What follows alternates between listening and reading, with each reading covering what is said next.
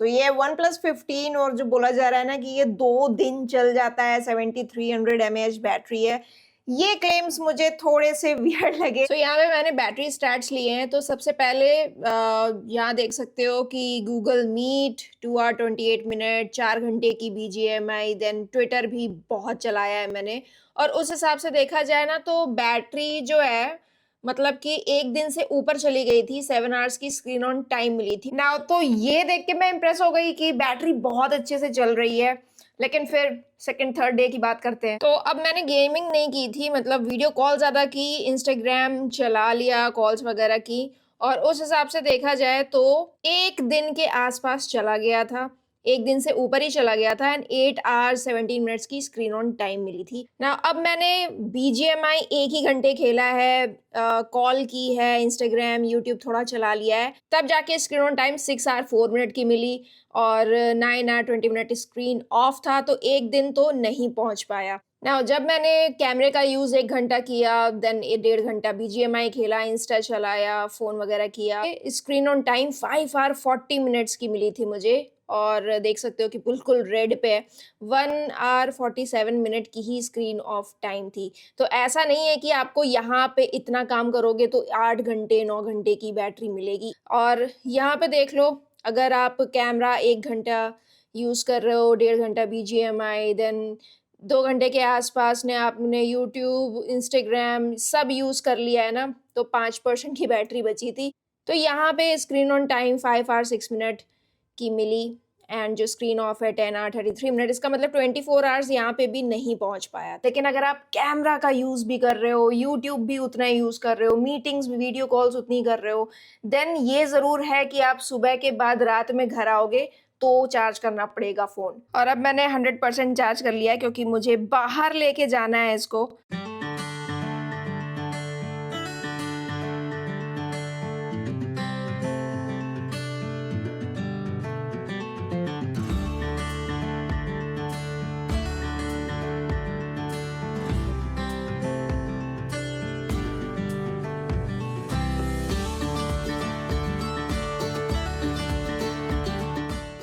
तो ये है इसका front camera and front camera का रिज़ल्ट मुझे कुछ वैसा ही लग रहा है जैसा OnePlus 13 में था, और ये थोड़ा सा अल्ट्रा वाइड व्यू है और आप इसको थोड़ा सा जूम भी कर सकते हो।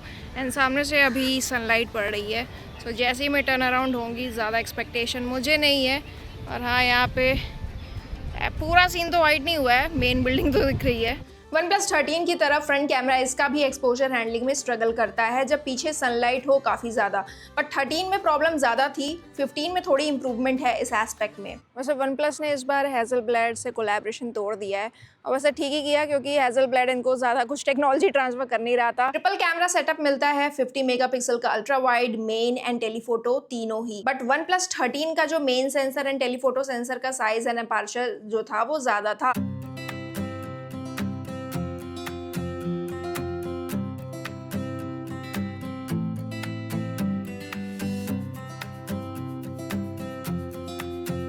तो अभी तक डे लाइट में फोटोग्राफी ठीक चल रही है। अल्ट्रा वाइड में यार कॉर्नर में डिटेल नहीं मिलेगी, और ओके टाइप है, बस वाइब्रेंट कलर है, आप यूज़ कर सकते हो। लेकिन 1x पे डे लाइट में ठीक फ़ोटोज़ आ रही हैं। हाँ, शैडो कभी कभी लगता है कि थोड़ा ज़्यादा हो जा रहा है, लेकिन स्टिल वार्म है, थोड़ा वाइब्रेंट है, I think it's okay.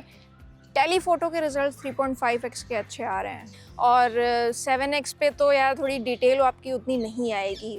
I think digital he zoom होगा और टेलीफोटो सेंसर का ही यूज़ हो रहा है उसमें। सो अब मैंने काफ़ी फ़ोटो खींच ली हैं। वैसे इसके साथ पर्पल कलर का एक केस मिला है क्योंकि फ़ोन मेरा पर्पल कलर वाला है, एंड पर्पल और ब्लैक कलर ग्लास बैक में आता है। जो सैंडस्टॉर्म कलर है, वाइटिश कलर का, वो फाइबर ग्लास बैग के साथ आता है जो बेसिकली प्लास्टिक है। सो प्लास्टिक एक्चुअली में ड्यूरेबल ज़्यादा होता है क्योंकि ये गिरेगा तो डेफिनेटली यहाँ पे क्रैक्स आ जाएंगे, प्लास्टिक में नहीं आएंगे। प्लास्टिक में बस ये है कि स्क्रैच जल्दी आ जाते हैं, इसमें ऐसा कुछ नहीं है।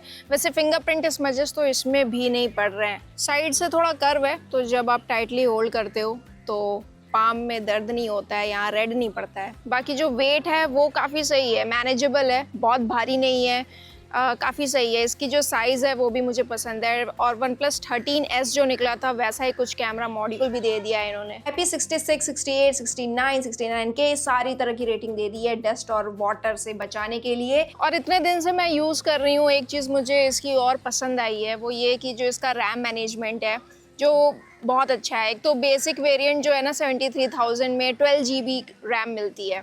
एंड अगर आप रात में मान लो कोई यूट्यूब देख रहे हो, पॉज कर दिया, फिर ऐसे ही बैकग्राउंड में छोड़ दिया, फिर सुबह आप उठोगे ना, यूट्यूब खोलोगे, बिल्कुल वही चीज़ आपको मिलेगी। एंड डिस्प्ले की बात करें तो आउटडोर डिस्प्ले काफ़ी सही है। बाकी डिस्प्ले में एक चीज़ और है यार कि 165 हर्ट्ज़ की रिफ्रेश रेट इन्होंने दी है, लेकिन आप ऐप्स वगैरह यूज़ करोगे एट मैक्स 120 हर्ट्ज़ पे ही जाएगा। डिस्प्ले के पंची कलर्स हैं, लेकिन डिस्प्ले रेजोल्यूशन में डाउनग्रेड आया है। अब 1.5K रेजोल्यूशन मिल रहा है, 2K नहीं मिल रहा है। 13 में 2K था, और वो इसलिए क्योंकि 165 हर्ट्ज़ की रिफ्रेश रेट देनी थी इन्होंने। 2K रेजोल्यूशन के साथ 165 हर्ट्ज़ का कॉम्बिनेशन शायद इनको लग रहा था कि बैटरी ज़्यादा खाएगा, इसीलिए परफॉर्मेंस के साथ बैटरी भी रहे, तो 1.5K दे दिया है, ऐसा ब्रांड का कहना है। हाउएवर डिस्प्ले के कलर्स अच्छे हैं यार। नेटफ्लिक्स पे आपको सारी चीज़ का सपोर्ट मिलता है, डॉल्बी विजन वगैरह। और जो स्पीकर की क्वालिटी है उसमें बेस की रिचनेस है और वोकल्स काफ़ी अच्छे निकल के आते हैं। ब्लूटूथ कोडेक को देखोगे तो सारे दिए हुए हैं।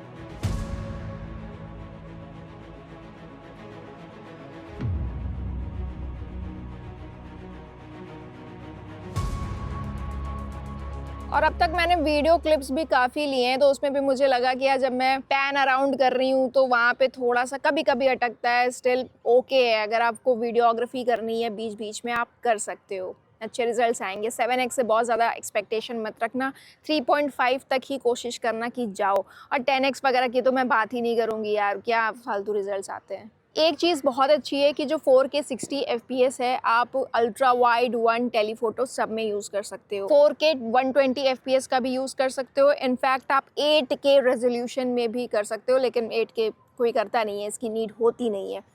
लेकिन अगर मैं 4K 120 FPS की बात करूं तो आप लॉग वीडियोस भी 4K 120 FPS में शूट कर सकते हो। आप प्रो मोड में जाओगे, वहाँ पे आपको डॉल्बी विजन में शूट करने का मिलेगा। और हेज़लब्लैड का कोलैबोरेशन नहीं है, फिर भी मास्टर मोड मिलता है, मतलब प्रो मोड में आप फोटोग्राफी भी कर सकते हो। और फ़ोन में कुछ एक्स्ट्रा फीचर्स की बात करें तो NFC का सपोर्ट है, IR ब्लास्टर, eSIM का सपोर्ट भी मिल जाता है, तो फॉरेन ट्रैवल के लिए सबसे अच्छी बात है।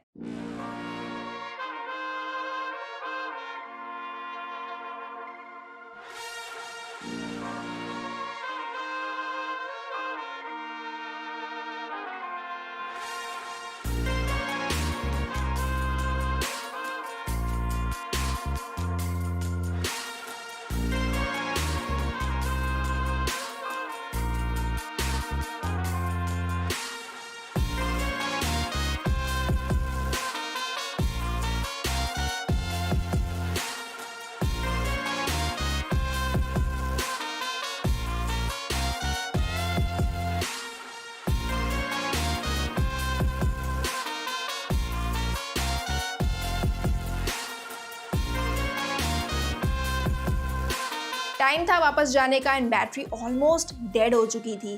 फिर भी थ्रू आउट द रूट मैं सॉन्ग्स प्ले की और इंस्टाग्राम भी चलाया, तो 10% की बैटरी जो है ना बिल्कुल 40-45 मिनट्स तक इसने सस्टेन कर ली। Finally I am back. 7:35 हो गया है, 3% की बैटरी बची है, और वो इसलिए क्योंकि ऑल टाइम कैमरे का यूज़ हुआ है और ऑल टाइम मैं म्यूज़िक भी सुन रही थी यार सैम्पल्स निकालते समय। तो देख सकते हो स्क्रीन ऑफ बस 52 मिनट्स के लिए रही है and screen on 4 hour 23 minutes. तो ये 120 वॉट की ब्रिक मिलती है और ऑलमोस्ट 40 मिनट्स में भाई चार्ज हो जाता है पूरा। वैसे मैं बैलेंस्ड मोड में रख कर चलाती हूँ फ़ोन को, और अभी भी बैलेंस्ड मोड में ही था। स्मार्ट चार्जिंग मैंने ऑफ की हुई है। रिवर्स वायरलेस चार्जिंग का भी ऑप्शन आपको मिल जाता है, लेकिन कितने वॉटेज का ये नहीं बताया है ब्रांड ने। Now let's talk about software, क्योंकि ऑक्सीजन OS ColorOS की तरह ही है। और अगर UI के स्मूथनेस की बात करें भाई, जो एनिमेशन है एंड जो स्मूथनेस है वो बहुत ही ज़्यादा अच्छी है।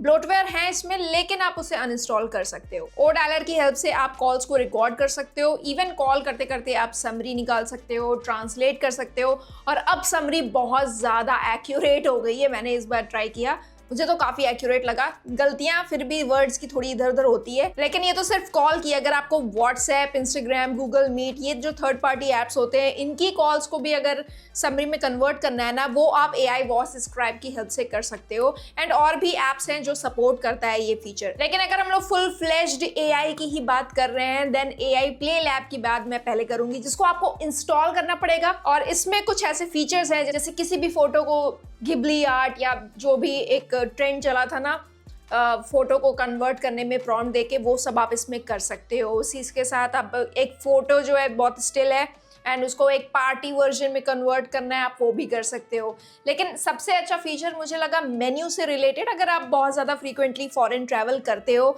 देन वहाँ का मेन्यू, बस आपको इस पर फोटो अपलोड करनी है, जो भी मेन्यू में लिखा हुआ है उसका एक प्रॉपर फोटो बना के दे देगा कि ये कौन सा किस तरह लगेगा आपका खाना जो है। एंड जो करेंसी कन्वर्जन करके देगा, सपोज कि कोई बाहर की करेंसी आपको इंडिया में जानना है कि क्या कन्वर्ट करके कितना आएगा, वो भी बता देगा। इसके अलावा गैलरी के अंदर जितने थे ना, वो सब आपको AI फीचर्स मिल जाते हैं। उसके बाद AI राइटर भी है, ट्विटर पे पोस्ट करनी हो या मेल भेजना हो, ग्रामर चेक करना हो या राइटिंग स्टाइल चेक करनी हो, वो सब कर सकता है ये। लेकिन प्लस की को मत भूल जाना, क्योंकि प्लस की को आप बहुत ज्यादा चीजों से कस्टमाइज कर सकते हो, लेकिन माइंड स्पेस का यूज करना सबसे बेस्ट लगता है मुझे। और इस बार जेमिनाई के साथ इन्होंने इंटीग्रेट कर दिया है, तो पहले की तरह ये किसी चीज की समरी आपको निकाल कर तो दे ही देता था, इस बार आपकी वॉइस नोट भी ले सकता है ये। उसके अलावा लाइव अलर्ट्स तो मिलता ही है, सॉन्ग सुन रहे हो, चार्ज कर रहे हो। लॉक स्क्रीन में चेंज आया है, फ्लक्स थीम जो आई है, ओहो, जो आपका AOD to lock screen to home screen transition हो रहा है, मतलब जो एनिमेशन है भाई वो रुक ही नहीं रही है, वो कंटिन्यू है भाई। अगर आपने एक थंब इंप्रेशन लगाया भी उसके बाद भी। लेकिन अगर हार्डवेयर की बात करें, इन्होंने स्नैपड्रैगन 8 एलीट Gen 5 दिया है इसमें। हाँ, नेमिंग स्कीम पे तो बात ही नहीं करनी चाहिए, क्योंकि बहुत वियर्ड रहता है। जो हार्डवेयर स्पेसिफिकेशंस हैं आप खुद देख लो, टॉप नॉच हैं। लेकिन उसके अलावा मैं अगर प्रैक्टिकल लाइफ की बात करूं, तो मल्टीटास्किंग आप इजीली कर लोगे without any lag. CapCut, VN editor जैसे अगर आप ऐप्स चलाते हो अपनी रील्स वगैरह एडिट करने के लिए, उसमें भी कोई लैग नहीं आएगा। इसके अलावा अगर मैं एक गेमिंग की बात करूं, एक्स्ट्रा चिप तो लगी ही है 165 हर्ट्ज देने के लिए। BGMI और COD ये दो गेम्स हैं जो 165 को सपोर्ट करेंगे। हाई सेटिंग्स ऑन करनी पड़ती है गेम मोड के अंदर, वो करने के बाद आपको 160 के ऊपर की फ्रेम रेट्स कंसिस्टेंटली मिलती हैं।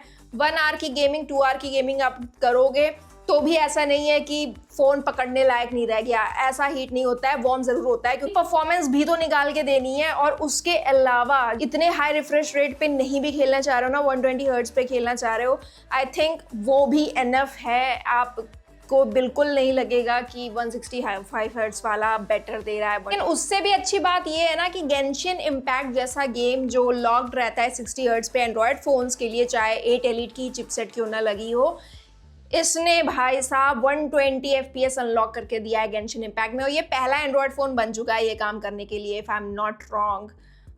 अगर हो तो फिर कमेंट में बता देना। लेकिन 90 FPS 95 FPS के ऊपर का आपको फ्रेम रेट ये कंसिस्टेंटली देता है। और ग्राफिक क्वालिटी तो है ही अच्छी यार, क्या ही बोला जाए। तो गेमिंग में कहीं से ये किसी से पीछे नहीं है। मतलब मुझे लग रहा है कि ये एक गेमिंग फ़ोन बनाना चाह रहे थे, लेकिन परफॉर्मेंस अच्छी है एंड सॉफ्टवेयर का एक्सपीरियंस अच्छा है। तो ओवरऑल मैं कहूँगी तो इस फ़ोन में कैमरा को थोड़ा सा पीछे रख के परफॉर्मेंस और सॉफ्टवेयर पे ज़्यादा ध्यान दिया है। लेकिन कैमरा ऐसा नहीं है कि बिल्कुल गंदा है। इनफैक्ट कैमरा में 13 में जब आप पोर्ट्रेट लेते थे, पीछे से सनलाइट आती थी या साइड से बहुत ज़्यादा हैवी लाइट आती थी, तो आपके हेड के अराउंड एक हेजी इफेक्ट आ जाता था, जिससे लगता था फोटो धुंधली आ रही है। लेकिन वो करेक्शन इन्होंने की है। इनफैक्ट इनके फ्रंट कैमरा में भी करेक्शन हुई है। तो मैं ये नहीं कहूँगी कि कैमरा इनका बहुत ज़्यादा अपग्रेड हुआ है, क्योंकि टेलीफोटो का जो रात का परफॉर्मेंस है वो बेटर होना चाहिए था। और लेकिन बुरा नहीं है। अगर आप S25 अल्ट्रा के आज का जो उसका नाइट का परफॉर्मेंस है उससे कंपेयर करोगे ना, तो ये बहुत अच्छी फोटो निकाल के दे रहा है जिसमें नॉइस कम है। अल्ट्रा वाइड को हटा के मैं अगर मेन कैमरा की बात करें है, लेकिन अगर आपको एक कैमरा सेंट्रिक फोन चाहिए देन आप Vivo X300 की तरफ जा सकते हो। सो ये थे मेरे व्यूज यार OnePlus 15 को लेके। आपका क्या कहना है कमेंट में मुझे जरूर बताना, और हाइप करना वीडियो को अगर वीडियो अच्छी लगी हो, ताकि और रीच बढ़े वीडियो की। और मैं आपसे मिलूंगी नेक्स्ट वीडियो में। Bye bye.